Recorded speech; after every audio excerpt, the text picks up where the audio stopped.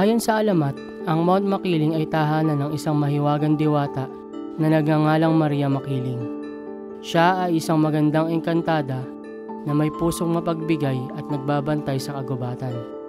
Ngayon, sama-sama nating tuklasin ang kagandahan at hiwaga ng Mount Makiling, isang sagradong bundok na puno ng alamat at natural na yaman. Yo, what's up guys? So, nandito tayo ngayon sa may UP Los Baños. Tayo ngayon ay aakyat ng Mount Makiling. So, nag-aantay lang kami dito ng guide and maya start na rin kami ng hike. So, medyo maulan. So, aasahan ko na marami limatik. So, kita-kits ulit mamaya pag-akyat. Let's go. Mario po. Dito ni Mario. Kaya nga totally po.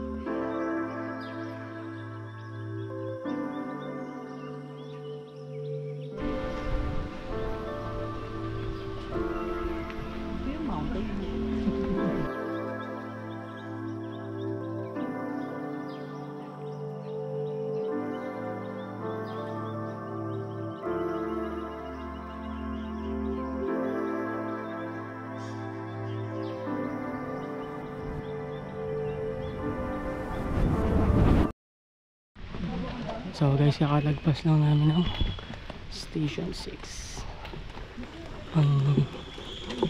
Punta na kami ng Station 7 para mag break saglit. Ang ganda dito men. Napakaganda.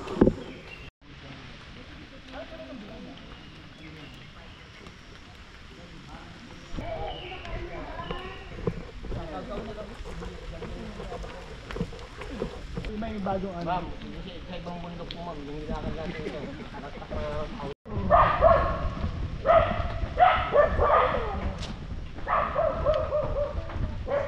breakfast na daw dito.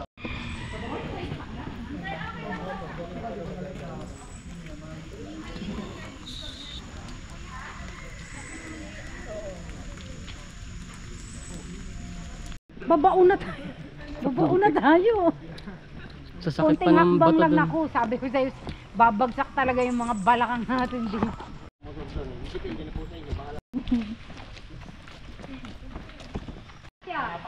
Super Latin. Skinless.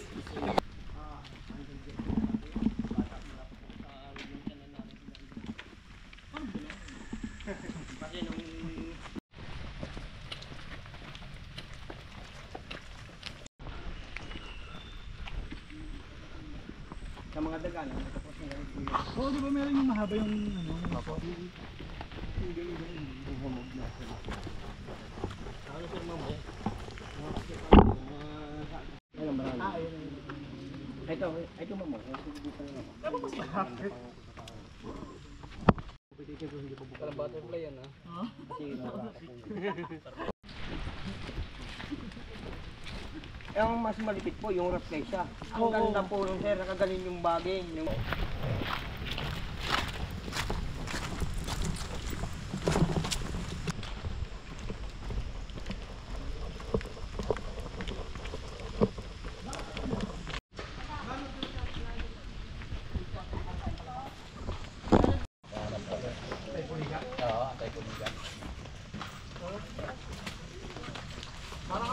So, matik. Habang tayo yung umaakyat, mapapansin natin ang pagbabago ng kapaligiran. Mula sa malalawak na daan, patungo sa maikitid na landas. Isa sa mga dahilan kung bakit espesyal ang Mount Makiling ay ang mayamang biodiversity nito. Makikita rito ang iba't ibang uri ng halaman at hayop, kabilang ang Rafflesia, ang pinakamalaking bulaklak sa Pilipinas.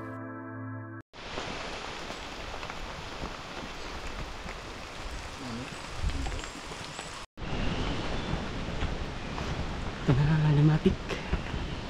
Hello. Ito na guys yung Malimatic na part. Let's go.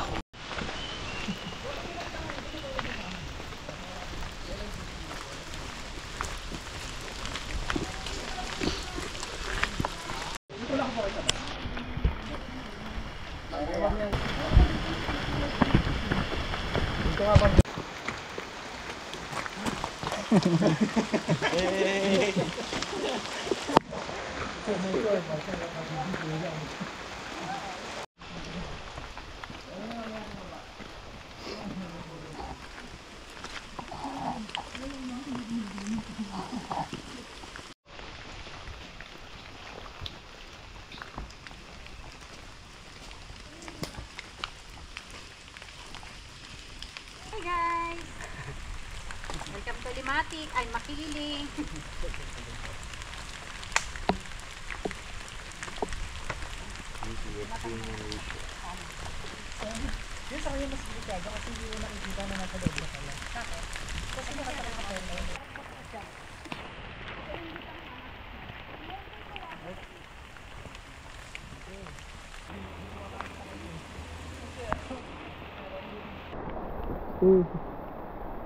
Station 15.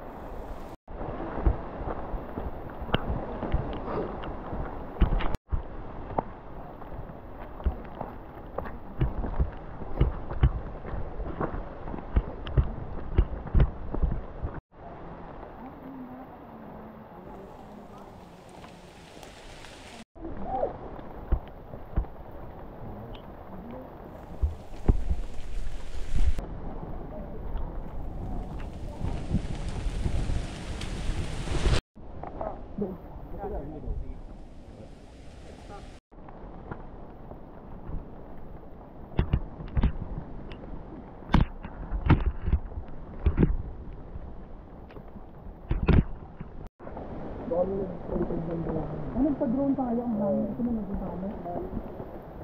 Pero sa bira-bira wala na. Wala ng buhay. Oo nga.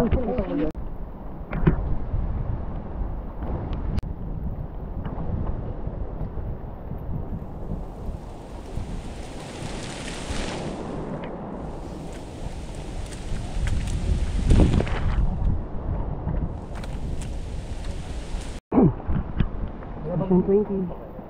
Go. Ay, Limatic. GPS eh. Hindi siya nagdalawang isip. Go again.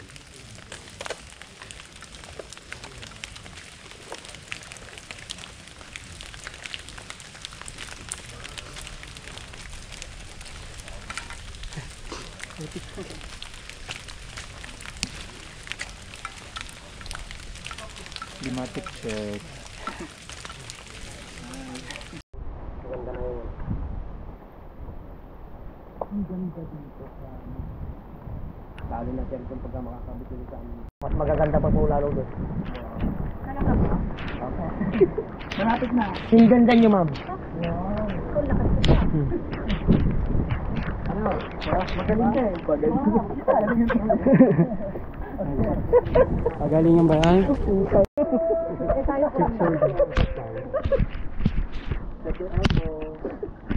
Limatic check. Hindi na naisip yung Limatic, yung pulis na lang naiisip.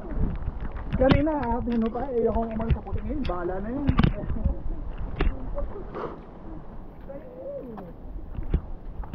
Patalon-talon pa. Ay, solution na.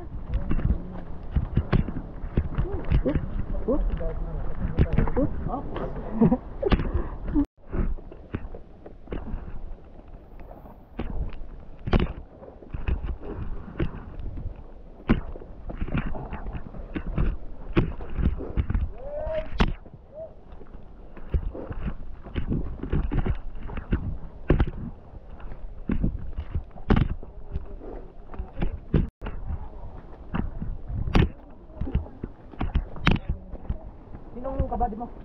Ayaw. Maray pa? George. Ay, hangin yung kanya. Gaya pang maan? Sundang ko na yan? Ayun na lang ba? Yung aming nakabook sa amin ni travel kung ano eh. Hindi namin nakakagawa. Oh my God. This is it.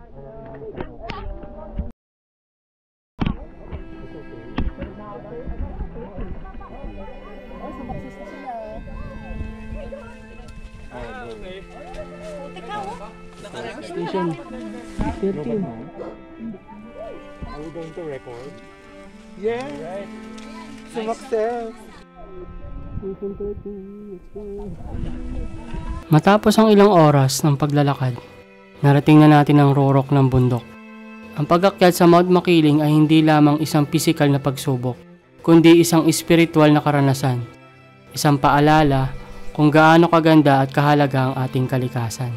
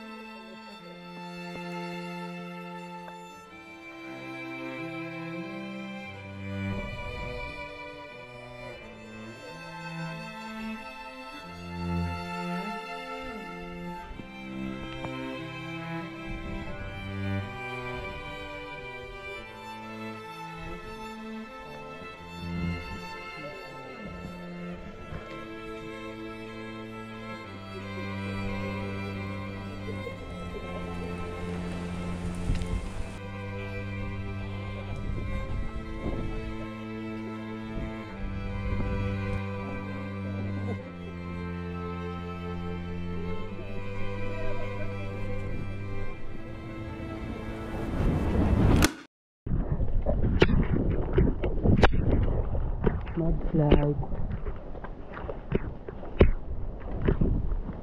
Ay, may lumapit ka naman. Mudslide. Yeah, mudslide. Ay, hindi ko sure. Hike din daw ba yung mud spring? Ay, hindi ko sure. Hike din pala, no?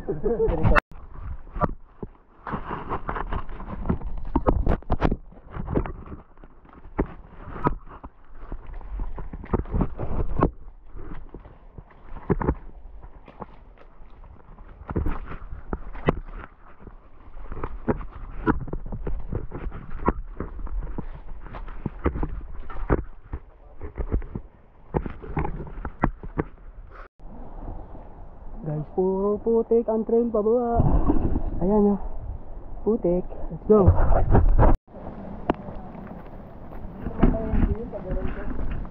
Kaya pa guys. Puro putik. Grabe yung trail ah. Yo. Grabe. Puro putik. At least nalagpasan na namin yung mga mudslide. Ano na lang, magbanayad na pero putik pa rin. At may bantana ng threat ulit ng Dematic. So mamaya ulit. So mag-i-stop kami sa station 11 kasi sa side trip pa kami papuntang yung mud pool ba yun? Basta yung parang bulkan na mud na kumukulo. So stop over kami doon. Tapos diretso na ulit. Mamaya na ulit. Yo, sa trail pa rin kami. Descend na kami. So yung trail na guys, medyo banayad na. Pero matindi pa rin yung threat ng Dematic. Kasi tingin ko wala na masyado kasi dami nang dumaan eh. Dami nang dumaan dito kanina. May nauna sa aming grupo, 29 sila. So mga lamang nakakot na nila. So ayan. Okay, pause muna ako sa trail.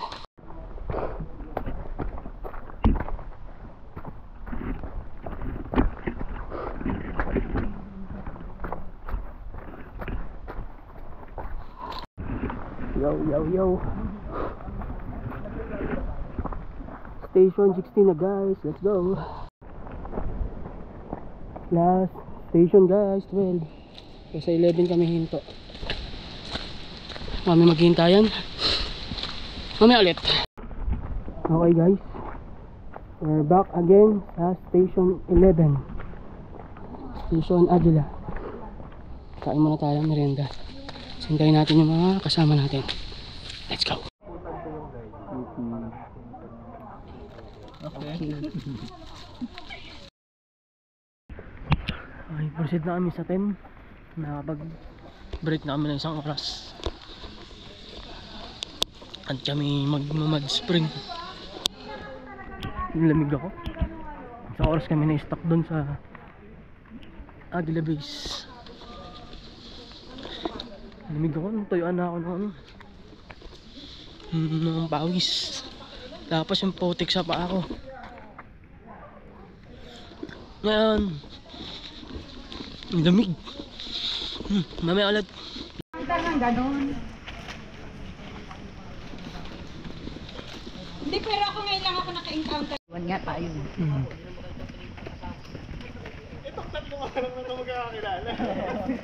Kuya, saan yung daanon? Kuya, saan yung daanon?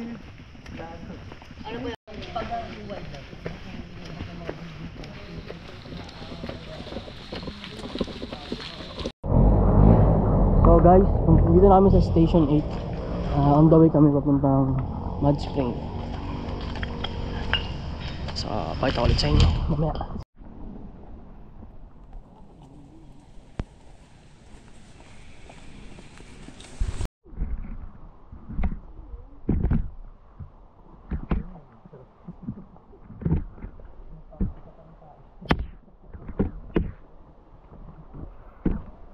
Ay, bagsak. Ay, yung loob ng ano. Ng puno. Ay, bakit ganyan? Slimy. Hindi kaya na.